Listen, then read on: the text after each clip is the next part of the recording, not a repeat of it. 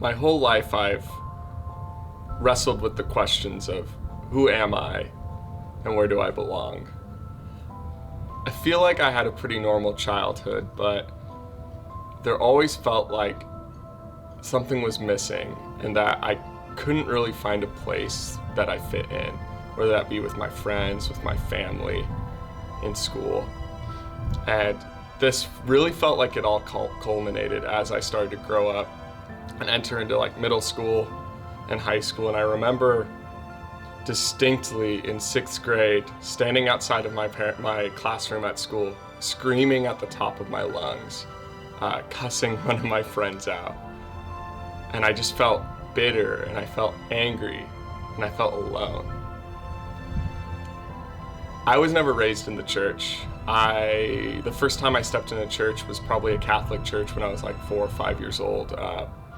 But other than that, I knew nothing about Jesus or who God was. I was the kid that didn't know what John 3:16 was. That seems like one of the most simple verses we have.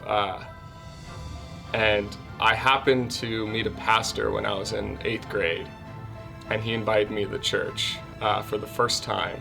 And I was sitting in the youth room at the foot of a cross, and we were doing communion, and they were talking about Jesus talking to his disciples and talking to his followers, and how he said, you know, you guys are my friends.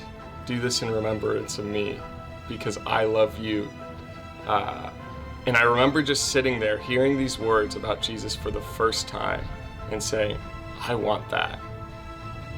And as I entered high school, I still chased after a lot of different things to find my worth and my value. I did musical theater, I played sports, I did honors classes, I did normal classes, I took art classes, I chased after girls, sort of successfully.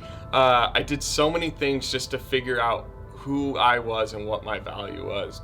But at the end of the day, I started to learn that the most joy and satisfaction I had was when I was spending time with Jesus. And I don't know where you guys are at. I don't know if you can get anything from that, but my story is still a work in process. I'm still learning about myself each and every day. And I want you to know that yours is too.